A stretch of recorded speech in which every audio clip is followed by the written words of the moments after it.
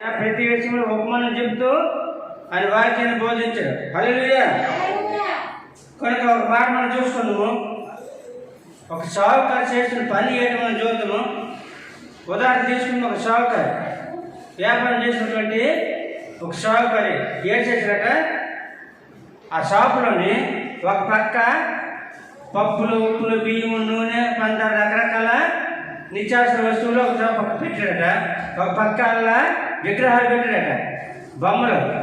ఏంటి వినాయకులు, ఈశ్వరులు రకరకాలు ఉంటాయి కదా, యేసుప్రభు బొమ్మలు, మరియమ్మ బొమ్మలు, ఏంటి ఇలాంటి బొమ్మలు పెట్టి అవి అమ్ముతున్నాడట, ఇవి అమ్ముతున్నాడట. అవి కావాల్సినకి అవి అమ్ముతున్నాడు, ఇవి కావాల్సినకి ఇవి అమ్ముతాడు. హల్లెలూయా. ఎందుకంటే అది కావాల్సింది ఏంటి? డబ్బు, మనకు కావాల్సిన వస్తువు.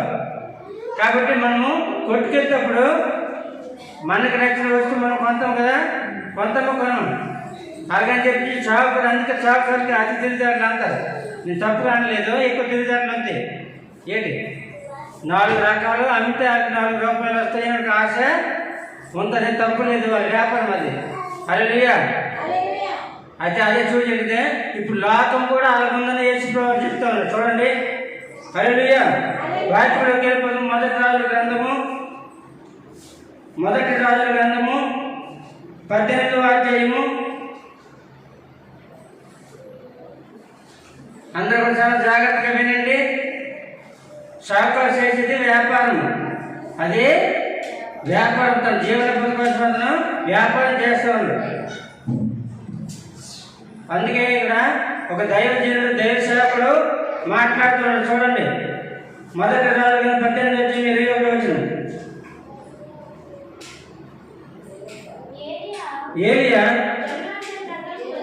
అందరూ వినండి. ఏలియా జనులందరి దగ్గరికి వచ్చి, హల్లెలూయా, దేవునికి స్తోత్రం. ఎవరు మాట్లాడకూడదు. మరి మాటలు కొద్ది నిమిషాలే కానీ మొదటి నుంచి లాస్ట్ వరకు దేవుని మాటలు ఆలకించాలి. ఎవరు డిస్టర్బ్ చేయకూడదు. హల్లెలూయా. దేవునికి స్తోత్రం.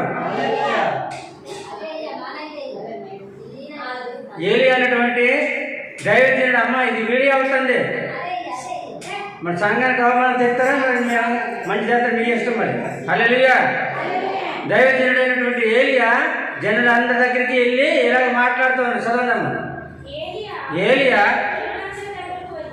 జనులందరి దగ్గరికి వచ్చి, ఎన్నాళ్ళ మట్టుకు మీరు 2 తలంపుల మధ్య తడబడుతుండ్రు. హల్లెలూయా. చూడండి, ఇక్కడ చెప్తుండే ఏలియా చెప్తుండే ఆ ప్రజలతో, ఎన్నాళ్ళు మట్టుకు మీరు 2 తలంపుల మధ్యన. హల్లెలూయా. దేవుడు కొంచెం తీయము. ఎన్నాళ్ళ మటుకు మీరు 2 తలంపుల మధ్యన తడబడుతుండ్రు. హల్లెలూయా. మనకి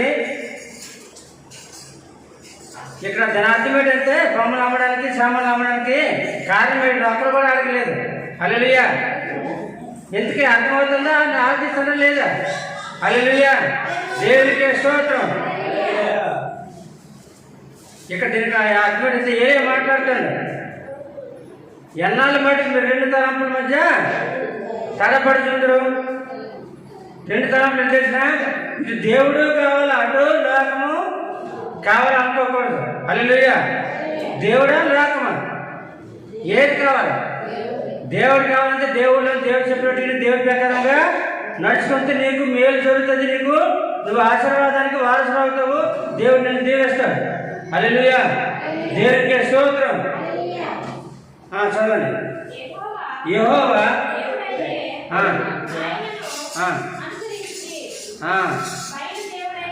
చూడండి, చదవండి. మరి చూడండి అన్నమాట.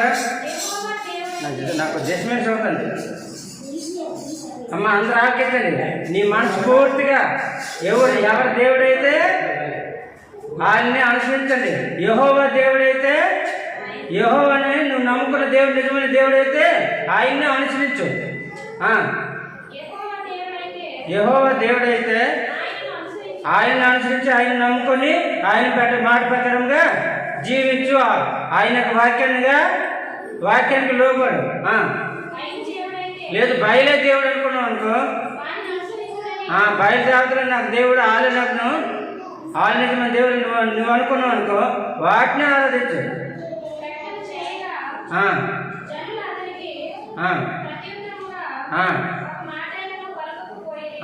మనలాగే వాళ్ళు కూడా ఇలాగ వెళ్ళి దైవశాఖ చెప్పినప్పుడు వాళ్ళ మాట అయినా ప్రత్యుత్తరము ఈకున్న ఊరుకున్నారు పలక.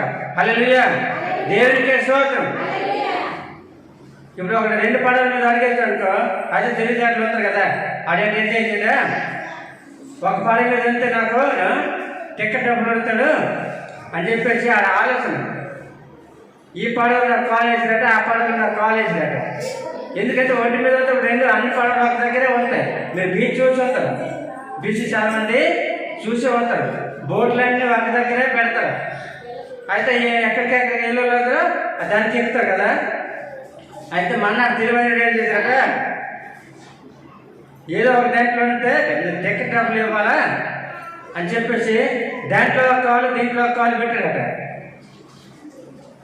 పెట్టిన నిలబడ్డారట. అప్పుడు ఎక్కడ కావాల్సిన ఆ దోణి ఈ దోణి జనాలు టికెట్లు వచ్చాయి. వచ్చితే మరి ఎవరి ధర వెళ్ళిపోరు కదా. అప్పుడు 2 పడవలు కొంచెము తీసేటప్పుడు ఏదైనా దగ్గరే వెళ్తాయి. ముందు విమానం పడ్డప్పుడు విమానం ఎగురుతప్పుడు ఎప్పుడు చూసి రైలు కాకపోయినా నెమ్మదిగా చుట్టూ రౌండ్గా తిరిగి చాలా దూరం వెళ్తే అప్పుడు పైకి ఎగురుతుంది. పడవలు కూడా వెళ్తేప్పుడు ఏంటంటే కొంతవరకు జోడికి వెళ్ళాక జోడికి వెళ్తే అప్పుడు ఏ లైన్ నిలబడినా ఆయన ఈడేటే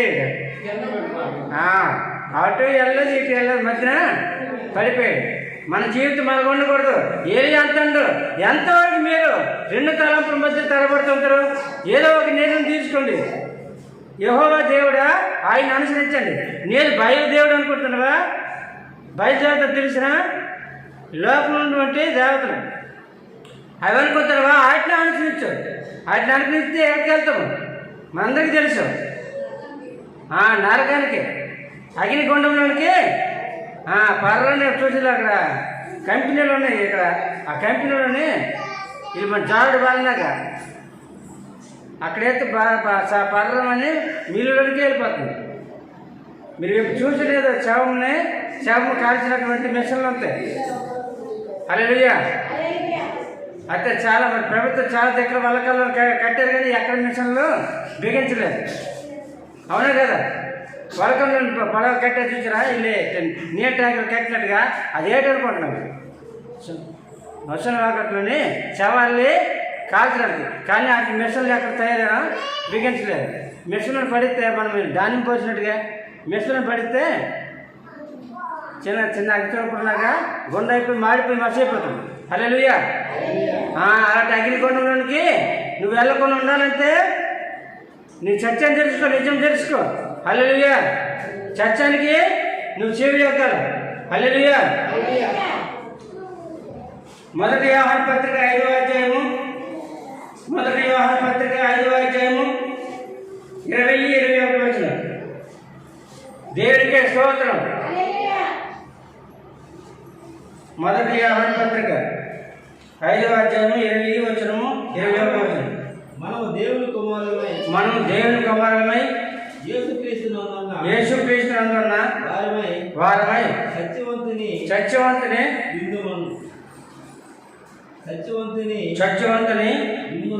యందున్నాము. మనం సత్యవంతుడైన దేవుని యందు ఉన్నాము. ఆయనే నిజమైన దేవుడు, నిత్యజీవమై ఉన్నాడు. హల్లెలూయా. మన కొరకు రక్తం కాచాడు, మన రక్తాన్ని తాగలేదు. హల్లెలూయా. ఆయన బయలును కోరాడా? కనికరంనే కోరాడు. కానీ అవసరం మన కోసం రక్తం కాచాడు ఆయన, అంతేగాని రక్తము తాగలేదు.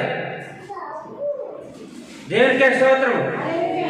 సత్యవంతుడైనటువంటి దేవుని నువ్వు నమ్ముకున్నావు కాబట్టి ఆయన ఎందుకు నువ్వు అనుసరించినట్లయితే దేవుడు నిన్ను బలపరుస్తాడు, నిన్ను ఆశీర్వదిస్తాడు. హల్లెలూయా. ఆయన నిత్యజీవం గలవాడు.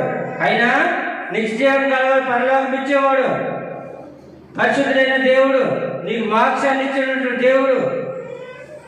మనం మరి మొదటి చదువుకోవడం చూడండి. 41వ కీర్తన మొదటి 2 వచనం చదవండి. 40వ కీర్తనలో వాక్యం చదివినప్పుడు కీర్తన చదివించినప్పుడు అందరూ కూడా గుర్తుపట్టాలి, శ్రద్ధగా ఆలకించాలి. అక్కడ ఏం చెప్తారు దేవుడు? 40వ కీర్తన మొదటి నుంచి చదవండి. బేదలను కటాక్షించేవాడు. బేదలు ఎవరైతే అదే ఈ రోజుల్లో ఎవరైనా బేదలు కనిపించేవాళ్ళు ఉన్నారా? ధనవంతులు పెద్దలు ఇంకా ఎక్కువ అవ్వాలి కానీ బేదల పైకి రాకూడదు అనే వాళ్ళు చాలా మంది ఉన్నారు, కానీ బేద పైకి రావాలా అనే వాళ్ళు ఎవరు లేరు. బేదలు కటాక్షించేవాడు మన దేవుడు. బేదలైనటువంటి మనం పేదవాళ్ళని మనకే పేదవాళ్ళకి పెన్నిదైనటువంటి దేవుడు ప్రభు అయిన యేసుక్రీస్తు. ఆపత్కాలం మందు ఎవరు తప్పిస్తారు? మన దేవుడు యెహోవా మనల్ని తప్పిస్తాడు. హల్లెలూయా. మన ఆపేసినప్పుడు ఎవరైనా ఆదుకుంటారా? 100 యాభై సరిపెడతారు అంతే, అంటారు. కానీ మనం తప్పించిన వాదుడు మన యేసిన వాదుడే. హల్లెలూయా. యెహోవా ఆయన కాపాడి రక్షించును. చదవాలి. భూమి మీద వాడు ధన్యుడగును. హల్లెలూయా. దేవుడికే స్తోత్రం. నువ్వు బ్రతికి బాగుపడాలంటే దేవుడిని నిజమైనటువంటి సత్యవంతుడు దేవుని నువ్వు అనుసరించున్నావు, నమ్ముకున్నావు. కాబట్టి ఆయన మార్గాన్ని విడిచిపెట్టకుండా, అసత్యానికి చెవి ఇవ్వకుండా, భోగి మాటలకి చెవి ఇవ్వకుండా ఏంటి సత్యాన్ని తెలుసుకున్నావు. కాబట్టి ఆ సత్యాన్ని పట్టుకొని ఇప్పుడు చూడండి, మార్గం తెలిసిన తర్వాత ఎవరు తెలియదు వాడు ఎలాగేళ్ళని చెప్తే వెళ్తాడండి. నాకు తెలిసినాము, నేను ఎలాగేళ్ళలో మార్గం నాకు ఆ త్రావు తెలుసునని నువ్వు వెళ్ళిపోతావు. హల్లెలూయా. తెలుసు కూడా మరి మధ్యలో చెప్పిన మాట ఏదైనా దారి తప్పుతుంది, అది ఎవరు తప్పు?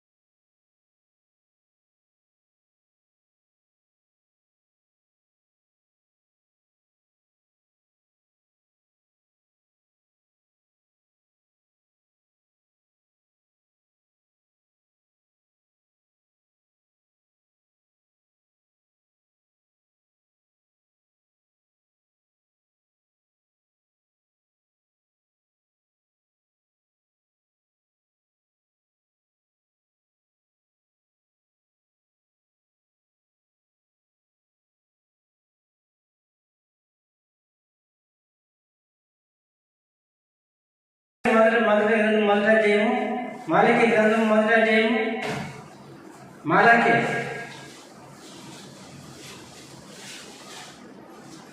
గ్రంథం మొదటి అధ్యాయం 6-7 వచనం చదువుకున్నాం. కుమారుడు తన తండ్రిని కనపరచాలి కదా, కనపరచబడింది కదా. హల్లెలూయా. మనం ఎవరమే? దేవుని కుమార్తెలము, దేవుని కుమారులము. మరి దేవుని నామాన్ని కనపరచాలి కదా. చదవండి. దాసుడైన వాడు తన యజమానికి కనపరుస్తారు కదా. హల్లెలూయా. దేవునికే స్తోత్రం. దాసుడైన వాడు తన యజమానికి కనపరుస్తాడు, గౌరవిస్తాడు, విలువిస్తాడు. చదవండి. నా నామమును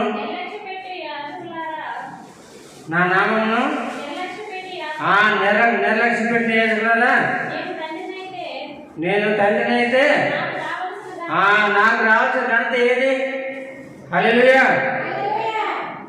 నేను తండ్రినైతే మీరు నా బిడ్డలైనట్లయితే మరి నన్ను కనపరుస్తారా? ఏది నాకు రావాల్సిన ఘనత ఏది అని దేవుడు అడుగుతా ఉన్నాడు. ఆయన కనపరచాలి కదా. హల్లెలూయా. మొదటి సమయంలో 2వ అధ్యాయము 30 వచనం చెప్తుంది. నన్ను కనపరచమనేందుకు నిన్ను కనపరిచాను. నన్ను ఎవరైతే కనపరుస్తానో నేను వారిని గణపరుస్తాను. హల్లెలూయా. నువ్వు దేవుడిని ఎంత గణపరుస్తావో, దేవుడిని ఎంత మహిమపరుస్తావో నీకు దేవుడు అంత ఘనత, అంత విలువనిస్తాడు. ఘనత అంటే అర్థము, ఘనత అంటే విలువ. హల్లెలూయా. దేవుని గణపరచమని దేవుడు ఘనతనిస్తాడు. నేను యజమానునైతే మరి నాకు భయపడిన వాడు ఎక్కడ ఉన్నాడు? నేను యజమాని అయితే నీ దృష్టిలో నేనే యజమాని అయితే, నీ ఇంటికి, నీ కుటుంబానికి, నీ జీవితంలో నేను యజమాని నువ్వు అనుకున్నట్లయితే ఏది నాకు ఎక్కడ కనపరుస్తాను? కనపరుస్తానువా? నీకు నువ్వే గ్రహించుకో, అర్థం చేసుకో. చదవండి.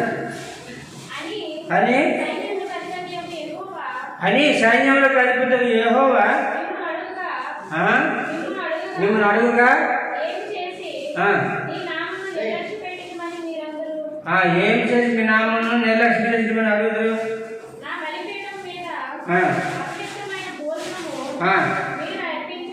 హల్లెలూయా. నా బలిపీఠం మీద అపవిత్రమైన ఆహారము మీరు అర్పించు. మళ్ళా ఏం చేసి నిన్ను అపవిత్రపరచమని అడుగుతారా? హల్లెలూయా. అంటే మనం కూడా చాలా మంది ఉన్నారు, ఏదో దేవుడికి కావాల్సినవి కుళ్ళిపోయినవి, పుచ్చుకునేవి, చిరిగిపోయినవి, ఇవన్నీ కూడా దేవుడికి అవమానపరిచినట్లే. హల్లెలూయా. ఇప్పుడు మనమే మాయమ్మ మా తమ్ముడు మా నాయనని 10 రూపాయలు ఆశతో ఇస్తాము, కొనుక్కోమని ఆశతో ఇస్తాము. అది తీసుకొని మా పిల్లలు కూడా కొనుక్కోడానికి ఆశపడతారు, తినాలని ఆశపడతారు. అవునే కదా? అది తెలిసరికేదా ఈ చిరిగిపోయింది చాలా పంపిస్తానుకో, ఇది ఆశ తెలియదు. పిల్లల్ని అవమానపరిచినట్టుగా నువ్వు సంతోషపరిచినట్టుగా చెప్పండి. హల్లెలూయా. మన దేవుని కనపరిచింది ఆయన సంతోషపరిచేవారుగా ఉండాలి. ఆయన సన్నిధిని, ఆయన బలిపీఠం మనము అపవిత్రపరిచేవారుగా ఉండకూడదు. హల్లెలూయా.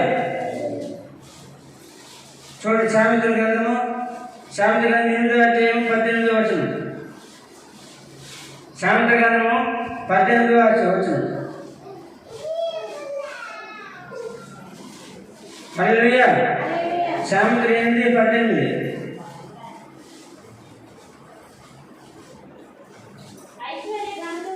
ఐశ్వర్య గణతులను స్థిరమైన కలిమియు నీతియు. హల్లెలూయా. దేవుని యొక్క ఏటు ఉన్నాయి? ఐశ్వర్యము ఉంది. అంత ఐశ్వర్యం అంటే ధనం ఆయన దగ్గరే ఉంది, ఘనత ఆయన దగ్గరే ఉంది. స్థిరమైన కలిమి అంటే మనకు మన ఆస్తి స్థిరంగా ఉండాలంటే స్థిరమైన కలిమి ఆయన దగ్గరే ఉంది, ఆయన మనకి ఇవ్వాలి. హల్లెలూయా. ఘనత ఐశ్వర్యములు ఆయన దగ్గర ఉన్నాయి. నువ్వు పొందుకోవాలంటే ఆయన మాట నువ్వు వినాలి. ఆయన ఆరాధించినప్పుడు దేవుడు నీకు ఆకాశ నిధుల నుంచి ఆయన నీకు ధనకారం ఇస్తాడు. హల్లెలూయా. నీకు ఐశ్వర్యం ఇస్తాడు. అదే 8వ అధ్యాయం 20-21 చూసుకున్నాం. 20-21 8వ అధ్యాయం ఉన్నాయి. నీతి మార్గమునందును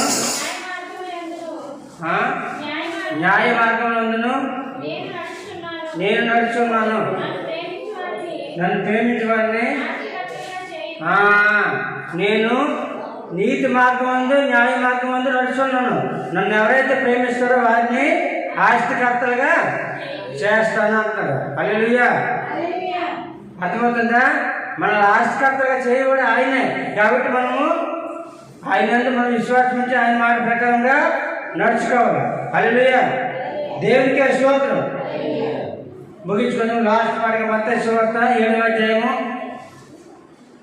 లాస్ట్ మాటగా. ఎందుకంటే ఇవన్నీ మనకి రావాలంటే మనము ఏం చేయాలి? అక్కడ మాట రాయబడింది 7వ అధ్యాయం 21 నుంచి 23 మత్తయి సువార్త 7వ అధ్యాయం. ప్రభువా ప్రభువా నన్ను పిలుచు ప్రతివాడు పరలోక రాజ్యములు ప్రవేశింపుడు కానీ పరలోకమందున్న పరలోకమందున్న తల్లి చిత్త ప్రకారము చేయువాడే పరలోకంలో వాళ్ళు ప్రవేశిస్తారు. ఎవరు? పరలోకముందు నా తండ్రి చిత్త ప్రకారం ఎవరైతే చేస్తారో వాళ్ళే పరలోకంలో ప్రవేశిస్తారో నిత్య జీవాన్ని పొందుకుంటారు. వీళ్ళు జీవ కిరీటాన్ని పొందుకుంటారు. 12 మచ్చులతో కట్టబడి ఇంట్లో ప్రవేశిస్తారు. హల్లెలూయా. మన శాశ్వతమైన గృహం ఎక్కడ ఉంది? పరలోకంలో ఉంది.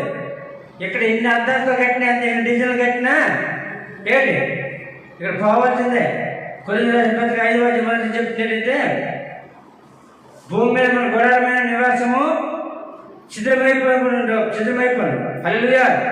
చిద్రమైపోదు కానీ చేతి పనితో మనుషుల చేత కాక దేవుని యొక్క చేతి పనితో చేసినటువంటి ఈ మందిరము పరిశుద్ధంగా ఉండాలి. ఇది స్థిరపడబడుతుంది. ఇది పరలోకానికి వెళ్తుంది. హల్లెలూయా.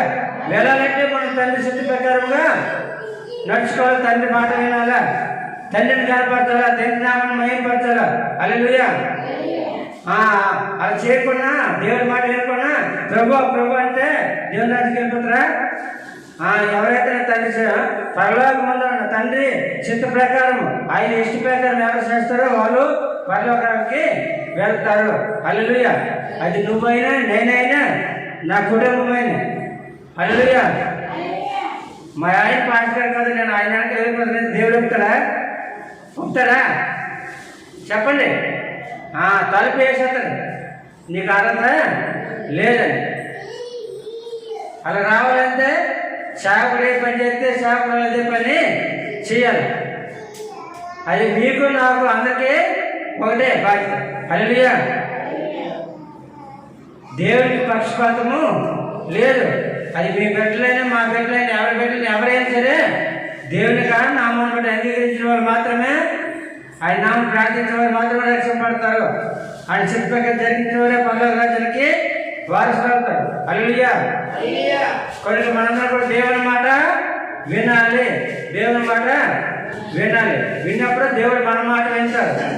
దేవుని మాట మనం వింటే ఆయన మన మాట ఆపత్కాలం మందు అవసరాలప్పుడు మనం ప్రార్థన చేస్తే దేవుడు మన కార్యాలు నెరవేరుస్తాడు.